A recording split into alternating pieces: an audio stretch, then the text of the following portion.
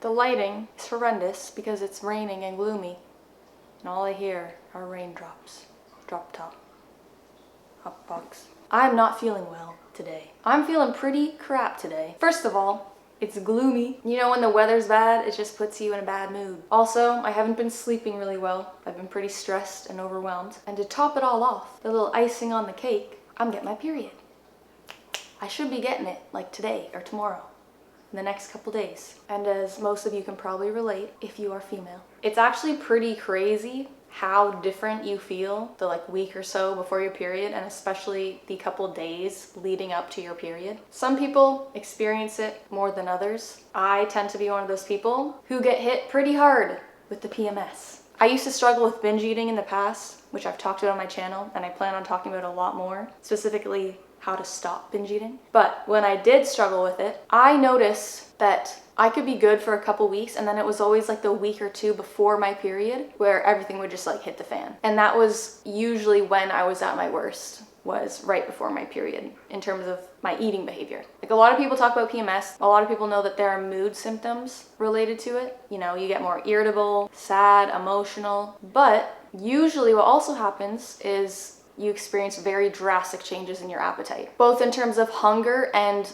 craving. And once again, some people experience that a lot more than others. So I also thought this would be a good idea to show you guys how I eat and what I do differently the days leading up to my period. My hunger and appetite is at its highest. And this is something I've had to guide a lot of clients through as well. The one thing I'll say about that, probably the most important thing, is that there's no right way to approach it. And the same way to approach it is not going to work for everyone. For example, you may find that the days leading up to your period are particularly hard for you and your appetite is very high.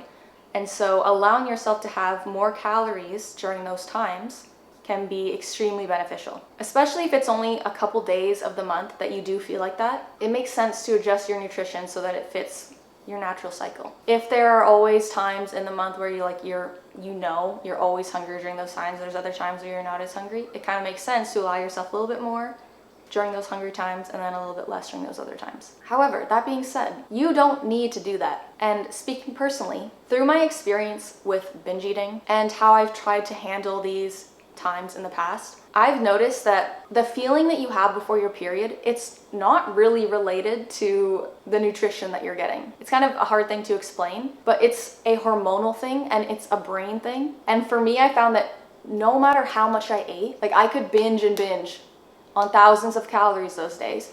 Regardless of that, I would still feel just as hungry, just as ravenous as I did when I would just be eating a normal amount. It's so weird, and I think you don't need to be experiencing PMS in order to relate to this feeling of this bottomless pit. If you're in the habit of binge eating, that's something a lot of people can relate to. Just this bottomless pit feeling, no matter how much they eat, they're just as hungry. And it's because hunger is regulated in the brain and through hormonal signals, and sometimes your brain can be sending you those signals to eat regardless of how much you're actually eating. So that being said, I found that personally, the best way for me to deal with these times is not doing any sort of fasting or anything extreme, but also I don't find it necessary or helpful to increase my calories, especially above my maintenance, giving myself extra food than I would normally have in a day. Because I just find that it doesn't really help me personally. It doesn't really make a difference. And if it does help a little bit, right, in the moment, being able to enjoy more food, especially if it's something that I didn't intend to do, right? I didn't want to eat more, but I decided in the moment because I wasn't feeling good that I would eat some more. Usually I end up feeling worse. It's why did I do that? I end up feeling bad for going over my calories. And that feeling is worse than the little bit of discomfort that I'm experiencing because it's right before my period and I'm a little bit hungrier. Essentially, I'll end up having a worse day if I don't stick to my ideal calorie targets than if I were just to stick to them and experience a little bit of hunger around those times. What I will also say to that is that it has a lot to do with habits. And I personally don't want to form the habit of every time I'm feeling a little bit hungrier than usual, feeling like I need to increase my calories. And what that allows you to do is over time, your body does regulate itself. Your body stops sending you such intense signals to eat more because it knows that those signals don't lead to a change in behavior. Since I stopped listening to those feelings, that increased hunger, that urge to eat more, once I stopped listening to that so much, my brain learned that, okay, us producing these uncomfortable feelings doesn't really lead to a change in behavior. So it learns there's no point of producing that discomfort. That's kind of how habits work. And it also applies to how you deal with situations like PMS and the increased feelings of hunger that you have before your period. So, all that being said, right now, yes, I feel more hungry than usual. I feel more uncomfortable than usual, but it's nothing like I felt in the past when I used to be in the habit of binge eating and my brain was used to that behavior. The urges that I would get would be crazy around that time.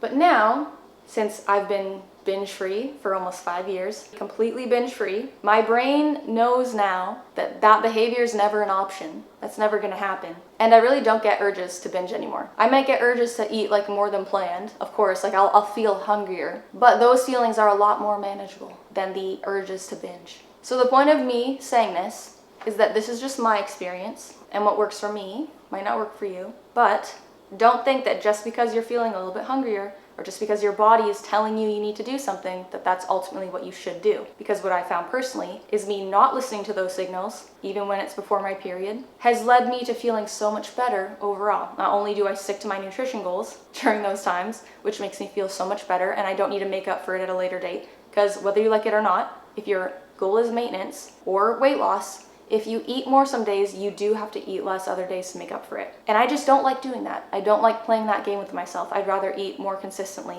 Or at least if I do have increases, intentionally plan for those in advance. Like I made a video about intermittent fasting and using fasting, and one of the rules that I said is to always fast first. Never overeat with a plan to use fasting as a way to compensate. That's a very unhealthy mindset and cycle to get into, and that's something I never want to do, never a position I want to put myself in. So even around these times when I am feeling a bit hungrier, I just know it's not worth it for me to eat more. So that's the other benefit. That's the first benefit. And then also the other thing around that is your brain learns over time that it's sending you all these signals to change, to do things differently. They don't work anymore. You don't listen to them.